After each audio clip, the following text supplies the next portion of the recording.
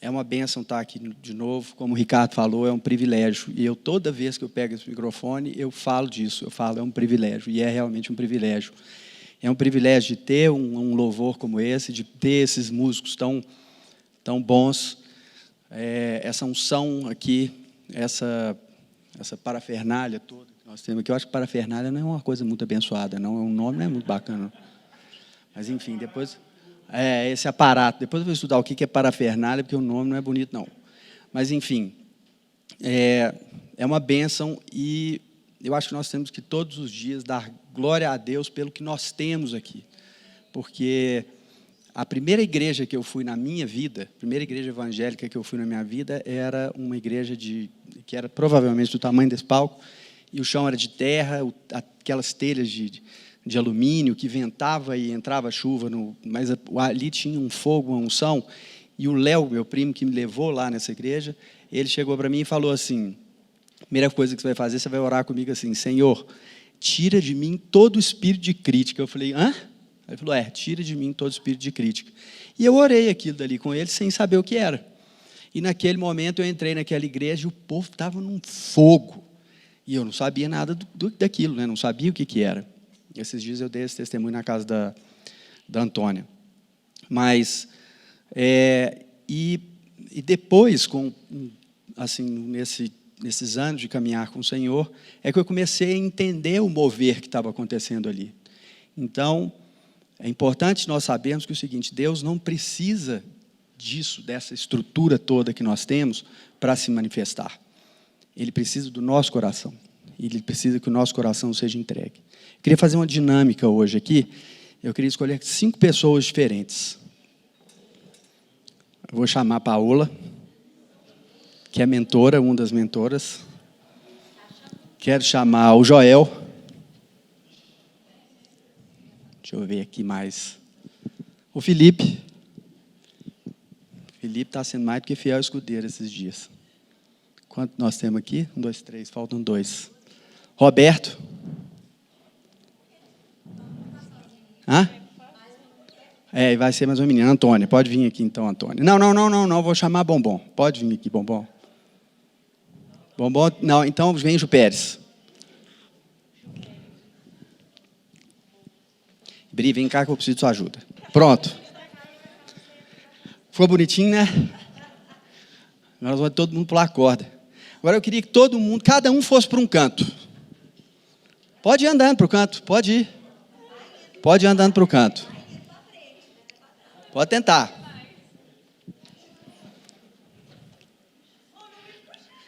Agora, todo mundo parado, todo mundo quieto, e só a Paola vai andar. Arrebentou. E agora todo mundo vai para aquele cantinho ali, ó, de castigo.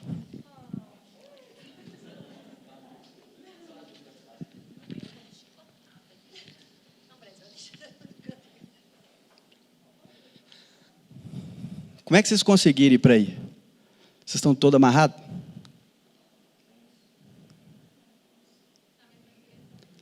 Vocês todos foram para aí junto e vocês todos conseguiram chegar no mesmo local.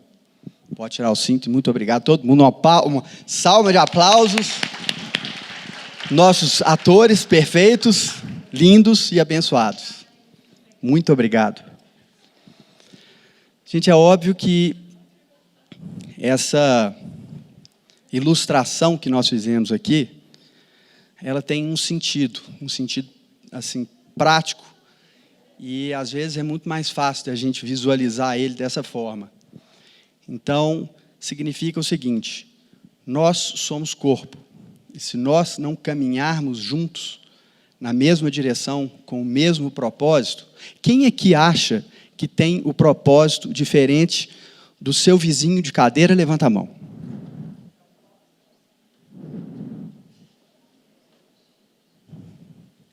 Quem aqui acha que tem o mesmo propósito do seu vizinho da cadeira? Levanta a mão.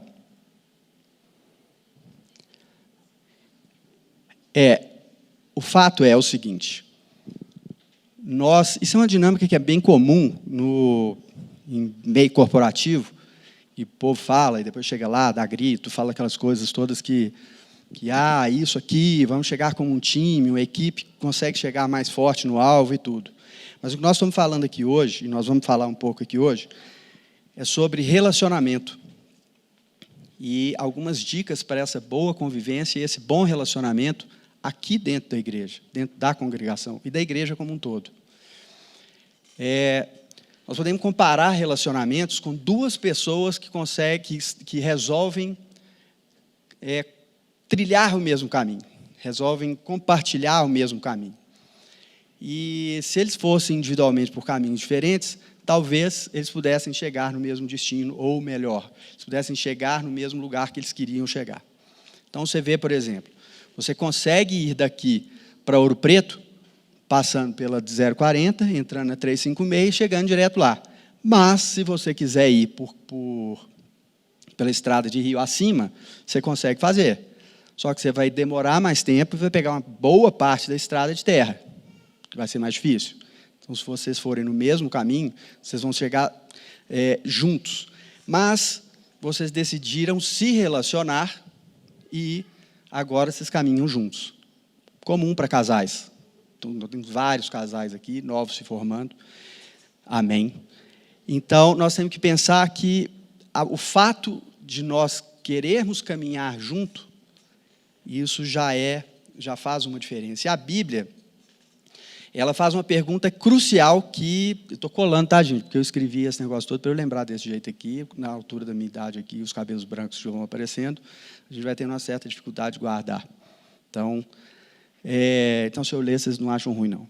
Então, a Bíblia faz uma pergunta crucial que ela serve de modo direto para esse relacionamento, que está em Amós, capítulo 3, versículo 3.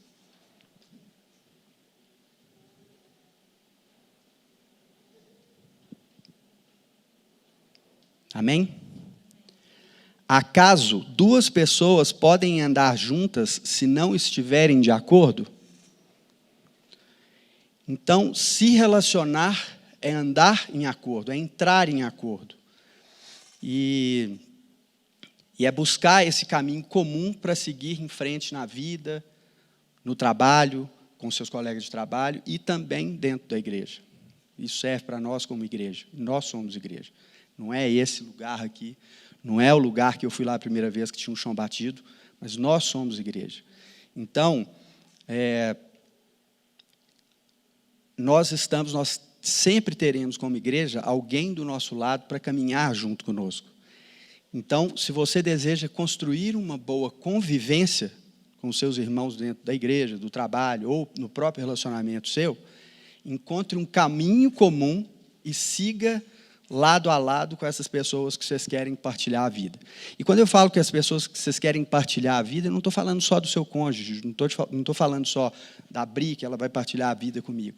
Estou falando dessas pessoas que estão aqui ao seu redor, porque nós todos estamos buscando algo em comum, que é o reino. Então, na prática, nós temos que também aprender a somar. Você concorda comigo que se nós não vamos andar mais sozinhos, nós estamos somando? É uma pessoa a mais. 1 mais 1. Essa conta eu ainda lembro, tá? Apesar do cabelo branco. Então, aprender a somar é ajudar um ao outro. Então, acho que o mais novo, o casamento mais novo aqui é da Bela e do Joel. Então, o meu avô, ele falava o seguinte, que ele nunca viu na vida dele, nos 80 e tantos anos que ele viveu, ele falava que ele nunca viu ninguém casar e piorar de vida. E é engraçado isso, porque depois que a gente casa, e vocês que são os mais novos casados aqui, vocês podem confirmar isso. A vida, o casamento, ele não é uma vida fácil. Não é aquele dia que você acorda todo dia com um mar de rosas, e pirilampos, mandando pérolas e aquelas coisas. Não é isso, não. Tem dia que você acorda querendo esganar o Joel. Eu vou apontar para os casais aqui, Ricardo, cadê o Ricardo e a Ed? Os casais mais novos, mais velhos, olhando para mim aqui também. Verdade ou mentira? Estou falando mentira? Então, o casamento, ele realmente não é aquela coisa que todo dia você acorda no mar de rosas, não. Tem dia que você acorda e você vai lembrar que você tem que matar um leão por dia. Mas é uma bênção, porque você está com aquela pessoa e as dificuldades que você tem você vai compartilhar com aquela pessoa e vice-versa. Então, 2 é maior do que 1, sempre. Então, essa soma, o 2 ser maior que 1 sempre, vai ser muito mais fácil você conseguir atingir os seus objetivos. Você imagina o seguinte, você mora sozinho, você é solteiro, comprou seu apartamento, está lá pagando as prestações, você casou. Sua esposa é sua metade, ou seja, é uma com você.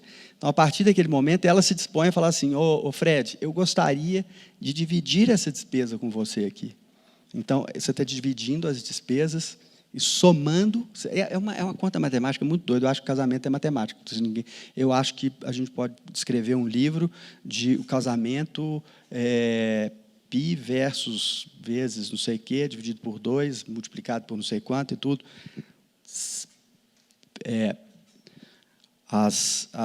Minha área não é exatas, tá, gente? Só para vocês entenderem. Então, toda vez que você estiver junto com alguma pessoa, você vai ser sempre mais fortalecido e mais feliz. Você pode ter certeza disso, mesmo quando você estiver brigando. Mesmo, sempre, você vai ter mais feliz. Então, porque vocês estão sempre buscando uma maneira de somar e não dividir. Está vendo a matemática vindo de novo. Em Mateus 12, 25, Jesus diz o seguinte. Vocês querem acompanhar?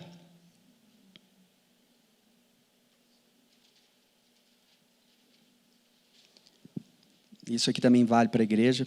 E isso, na realidade, não vale para a igreja. Ele falou isso para a igreja. Né? Mateus 12, 25 diz, Jesus, porém, conhecendo-lhes os pensamentos, disse, todo reino dividido contra si mesmo ficará deserto, e toda cidade ou casa dividida contra si mesmo não se subsistirá. Então, essa boa convivência, ela só acontece quando as pessoas contribuem umas com as outras. Então, elas constroem várias coisas juntas e, ao somarem uma a outra, vão partilhando a vida e fortalecendo-se mutualmente. Olha que coisa interessante. Por mais que tenha dias, assim, talvez até mais de um dia seguido. Não, mais de um dia seguido não, porque a gente resolve, né? Mas por mais que tenha algum dia que eu chego, que eu estou de ovo virado, não sei se os mais novos conhecem essa expressão, mas ovo virado é aquele dia que você está super, assim, você acordou amargo. A mulher está de TPM, você foi trabalhar, quando você voltou para casa, tem uma pessoa lá que te irritou ao extremo, e naquele dia você chega em casa e ela está, mas esse pão que você trouxe, ele está mole. Mas pão é mole. Não, eu gosto dele com a casquinha crocante. Mas esse tem a casquinha crocante, pega outro. E aí fica aquela coisa. Então, todas as vezes que isso acontecer, e vão acontecer na nossa vida de casal, você vai ter que entender que você não vai separar porque o pão era mole e não tinha casquinha. E da mesma forma, dentro da igreja, às vezes vem um ministro aqui, que não é aquele ministro que você ama a palavra dele. Estou vendo o Léo e a Mônica. Então, não é, não é o missionário veio dar o testemunho dele, que ele foi lá no Haiti, não sei o quê, mas não vejo graça no Haiti, ou não vejo graça lá na África do Sul, não vejo graça lá no sertão, não vejo graça em lugar nenhum. Então, às vezes, não é aquele missionário que você gosta, não é o pastor que você gosta, não é o louvor que você gosta, mas você está ali, você tem que ser um com aquela igreja. Você é parte daquela igreja. Você é parte da igreja. Há uns dias atrás, nós ministramos aqui do tomo da bicicleta, que eu machuquei uma ponta do dedo. E aquela ponta do dedo me impediu de terminar um treino que seria de 50 quilômetros. A ponta do dedo. O que representa a ponta do dedo nesse corpo desse tamanho? 1,71 m. Você imagina. Mas era a ponta do dedo. Era a ponta do dedo. Então, eu posso ser a ponta do dedo. E eu sendo a ponta do dedo, e se eu estiver estragado, eu posso impedir que toda a igreja, todo o corpo, caminhe junto. Então, essa que é a importância de nós nos fortalecermos mutualmente, como um casal, e assim aprendendo a somar, né, obviamente. E como é que a gente vai conseguir fazer isso acontecer? Como é que eu chego e perdoo a Bri porque ela não gostou que eu trouxe o pão e o pão não tinha casquinha e era mais mole do que ela gostava? Então, nós precisamos saber e aprender a perdoar. E não é uma tarefa difícil, não é uma tarefa fácil, não, gente. Aliás, pelo contrário, é uma tarefa muito complicada. Se você não tiver aquele coração disposto a perdoar, um coração que está... você viu o irmão fazendo alguma coisa, ele fez alguma coisa, você não foi até ele, conversou e pediu perdão, ou se deixou ser perdoado, essa é uma das tarefas mais difíceis dentro da igreja. É uma tarefa dificílima. Eu te confesso que tinha, há tempos atrás, eu não conseguia de forma alguma perdoar algumas pessoas. E, na realidade, eu chegava e falava assim, já perdoei, mas não quero contato, não quero ouvir falar, não quero nem notícia. Tira o Instagram dele aí, que na hora que eu vejo, eu fico com raiva e tal. Eu falei assim, eu perdoei? Eu pergunto, eu perdoei? Acho que não, né? Então, se você não gosta de perdoar, que era o meu caso, porque se é uma pessoa que eu não consegui perdoar, é porque eu não gosto de perdoar, eu nunca terei uma boa convivência. Então, o cristão que não consegue perdoar, ou que não gosta de perdoar, ele nunca terá uma boa convivência. Andar com alguém em unidade sempre traz o risco de ser magoado. Agora eu vou fazer outra pergunta aqui dentro. Quem aqui dentro da igreja que já não ficou magoado com alguém aqui dentro da igreja? Que nunca ficou? Levanta a mão.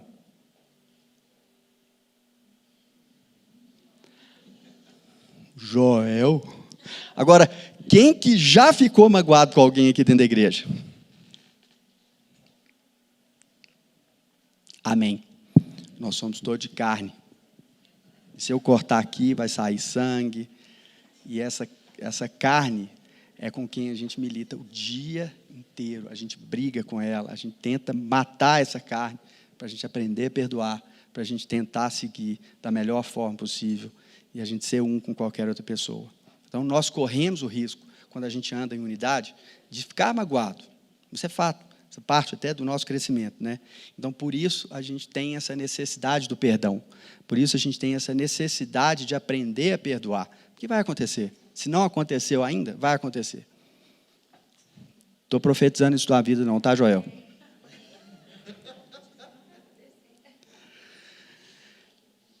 Ninguém é perfeito, gente. A realidade é essa. Então, ninguém, assim... Não adianta mesmo a gente chegar e falar assim, eu sou perfeito e tudo, mas, mais uma vez, não profetizando isso na vida do Joel, mas isso pode acontecer. Isso pode não ter acontecido aqui dentro da igreja, mas uma vez você vai ficar magoado com alguém. Mágoa faz parte do nosso caminho mesmo.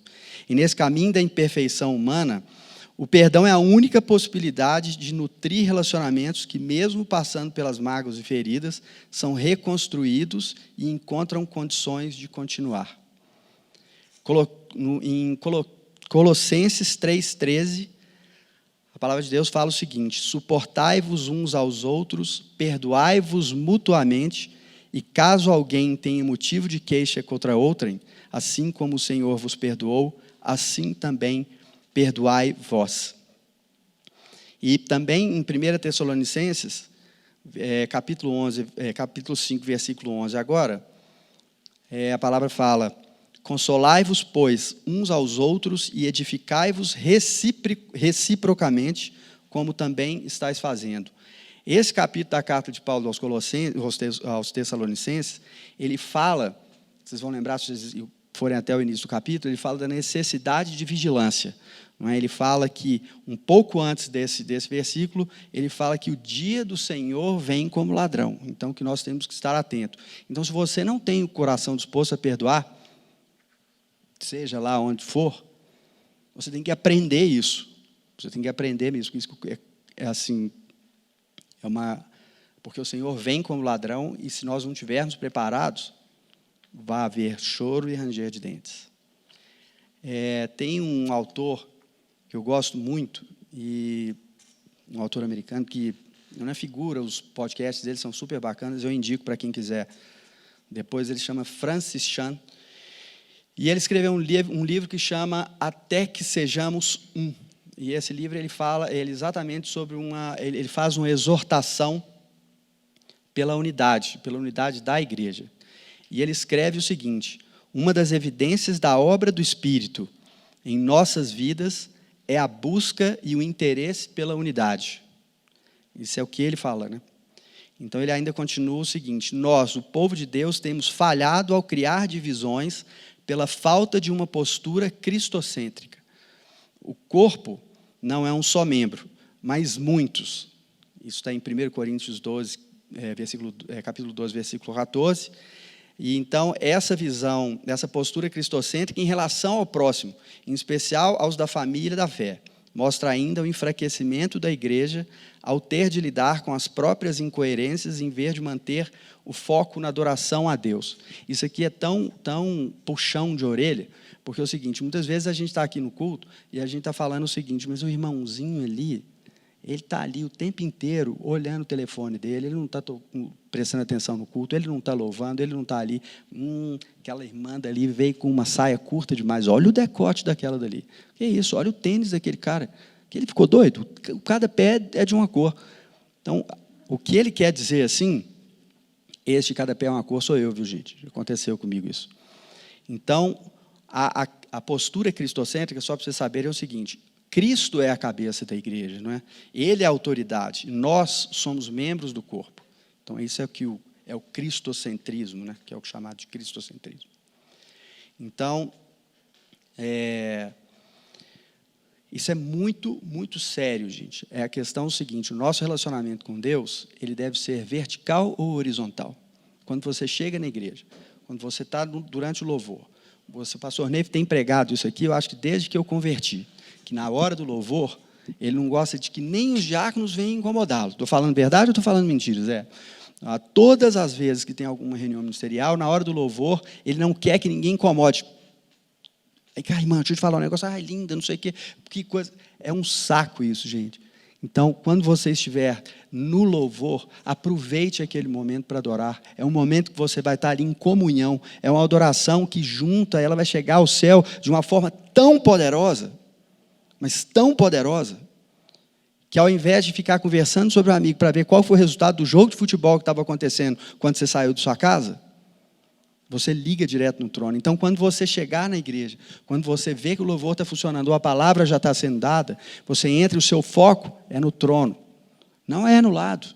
Não é para saber qual que é a roupa que o fulano veio, que o Beltrano veio, qual que é a postura dela, como que ela cruzou a perna, ou como que ela deixou de cruzar. Francis Chan ainda pede que os cristãos e as igrejas em todo o mundo alinhem o seu coração com Deus e levem a sério os numerosos mandamentos pela unidade. Seu alerta não está relacionado com questões doutrinárias, mas com a triste consequência de um cristianismo raso e com amor superficial pelo próximo. Isso é uma coisa que nós temos pregado aqui na comunidade também já há bastante tempo. O amor nosso está sendo como Jesus nos ordenou? Eu te falo por mim, eu preciso melhorar. Eu tenho muito que melhorar. Eu tenho muito que melhorar. Eu ainda tenho antipatia de algumas pessoas quando eu chego na igreja e falo, sabe, aquela torcida de nariz? Eu tenho isso. Eu tenho isso. Mas eu sei que Deus ele está me fortalecendo a cada dia e Ele está me consertando a cada dia. E a cada um de nós Ele está fazendo isso. Mas Ele quer que o seu coração esteja disposto. Você está disposto a caminhar em unidade? A ser um aqui? Eu não gostei que o Fred foi para líder. Ou eu não gostei que o Ricardo ministre no louvor. Seja um com ele, ore por ele, porque é isso que a palavra de Deus fala. É isso que a palavra de Deus fala. Eu não gosto daquela menina, daquele ministério, eu não gosto daquele cara que mexe no som. Ore por ele. Peça que Deus te dê um coração que ame. Porque, vamos lá agora, uma das passagens que para mim são uma das mais importantes de todo o Evangelho, que é João 13, versículos 34 e 35.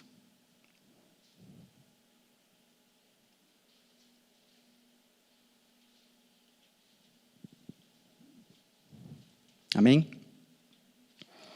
Por isso, agora eu lhes dou um novo mandamento. Amem uns aos outros, assim como eu os amei. Vocês devem amar uns aos outros. o seu amor um pelos outros provará ao mundo que são meus discípulos. Se Jesus voltasse hoje, eu te confesso que eu ia ficar com medo se eu sou um desses discípulos aqui que ama o irmão como ele me amou. Eu tenho essa dúvida. Será que eu estou amando como ele me pediu para que eu ame? Eu tenho essa dúvida. Mas eu oro todos os dias para que ele me ensine a ter esse coração perdoador, a ter esse coração que enxergue o outro maior que eu. E eu queria orar e pedir para que Deus fosse assim com cada um de vocês também. E que você possa sentir no seu coração a presença do Espírito Santo te incomodando com essas coisas. Um certo dia eu cheguei aqui na igreja e tinha um irmão que tinha pintado comigo. Ele tinha dado uma pisada na bola gigante. Eu tinha dado um voto de confiança para ele. E eu cheguei aqui na igreja e vi que ele estava aqui. E eu fiquei eu falei assim, esse cara, ele está doido. Ele tem 200 igrejas em Belo Horizonte, ele tinha que vir nessa igreja. E pior, sentou atrás de mim. Então você fica o tempo inteiro incomodado. Será que ele está olhando o quê? Ele está olhando o que eu estou lendo? O que é que ele está lendo? E eu saí da igreja arrebentado aquele dia. E eu orei e falei assim, Senhor, eu não quero ter esse tipo de coração. Eu tinha que dar glória a Deus que o cara estava na igreja. E mais ainda, Deus foi tão bom para mim, que Ele não só me mostrou que o cara foi para a igreja, creio que ele teve um coração arrependido também, mas Ele trouxe na minha igreja, onde eu congrego, para me provar, falou assim, olha aqui, ó, olha como que eu sou. Ele aprontou com você, mas ele veio aqui, ele vai te pedir desculpa. Então, creia, nós somos um aqui. Nós todos somos um. Não é a comunidade cristã da Zona Sul, não é a Igreja Batista Central, não é o Luzeiro, não é a Lagoinha do São Bento, a Lagoinha do não sei aonde. Gente, nós somos um. E se nós não caminharmos em unidade, nós precisamos melhorar. E vamos partir daqui, desse ministério, do Ministério de Jovens da Comunidade Cristã da Zona Sul. Se você está vendo que tem um irmão que não tem vindo há bastante tempo, liga para ele. Se você tem algum tipo de intimidade, pega o telefone, liga e fala assim, Paulinho, não te vi no culto da semana passada? Rafa, está tudo bem com você? Não estou te vendo, você não está vindo na igreja? Não custa. Você deve teclar umas, 500 mil mensagens por semana, não sei qual que é a estatística, mas 2, 3 frases que você mandar para uma pessoa, ela vai se sentir importante, ela vai se sentir uma com você. Use a sua boca para encorajar as pessoas. Use a sua influência para encorajar as pessoas, e não para desanimá-la. Isso é muito importante. Vamos orar? Senhor, em nome de Jesus, Pai, nós estamos aqui e de forma humilde nós queremos te pedir, Deus, perdão pelos nossos erros. Deus, nós queremos pedir perdão pelas nossas falhas, pelas nossas fraquezas, Pai. Te pedimos que o Senhor nos ensine mesmo, Deus, o caminho do perdão. Que nós possamos mesmo, Deus, ter esse coração quebrantado para que o Teu Espírito Santo possa nos usar, Deus, nos usar e assim manifestar em nós esse desejo de querer andar reto e de perdoar sempre que nós fomos atacados ou nós fomos, Deus, insultados, seja lá o que for que nos machucou, Pai, que nós possamos perdoar. E ainda mais, Pai, que nós possamos amar mesmo, Deus, como o Senhor nos ordena a amar, Pai, como o Senhor nos amou. O Senhor morreu naquela cruz. Pai, quantas vezes a gente vê em filmes, em livros, que um herói pulou na frente da bala que atingiu o seu amigo. Deus, o Senhor fez muito mais do que isso por nós. O Senhor morreu naquela cruz, o Senhor foi castigado, o Senhor foi insultado, foi humilhado por mim, Deus. E eu não consigo perdoar um irmão que assentou atrás de mim na igreja. Pai, eu quero te pedir que o Senhor venha ser comigo, Pai. Que o Senhor venha me capacitar. E que o Senhor venha capacitar cada um de nós aqui. Se tem alguém, Deus, que a gente possa ter, ou que alguém aqui tenha, Deus, alguma coisa contra, alguma coisa que o incomoda, Pai, toque nessa pessoa. que ela possa ir lá conversar, que ela possa ir lá não tirar satisfação, Deus, mas dar satisfação, Senhor, dar o perdão para essa pessoa. Nós possamos mesmo, Deus, amar uns aos outros como o Senhor nos amou. Nós te louvamos e glorificamos, Deus, porque o Senhor tem essa capacidade, Deus, de nos dar esse poder. E nós cremos no teu poder, como o Elson falou aqui mais cedo. Nós precisamos de mais de fé, Deus, para caminhar juntos, para caminhar em unidade, e Deus, para que venha mesmo, para que o Senhor tenha esse breve retorno, Pai, em nome de Jesus. Amém. Irmãos, muito obrigado. Que vocês possam ir em segurança, que para onde vocês forem agora, se vocês forem passear, se vocês forem para o rolê, se vocês forem para onde for, se vocês forem para suas casas, suas famílias, que Deus te abençoe. Essa semana que é uma semana mais longa, de feriado, e você possa ter um descanso merecido.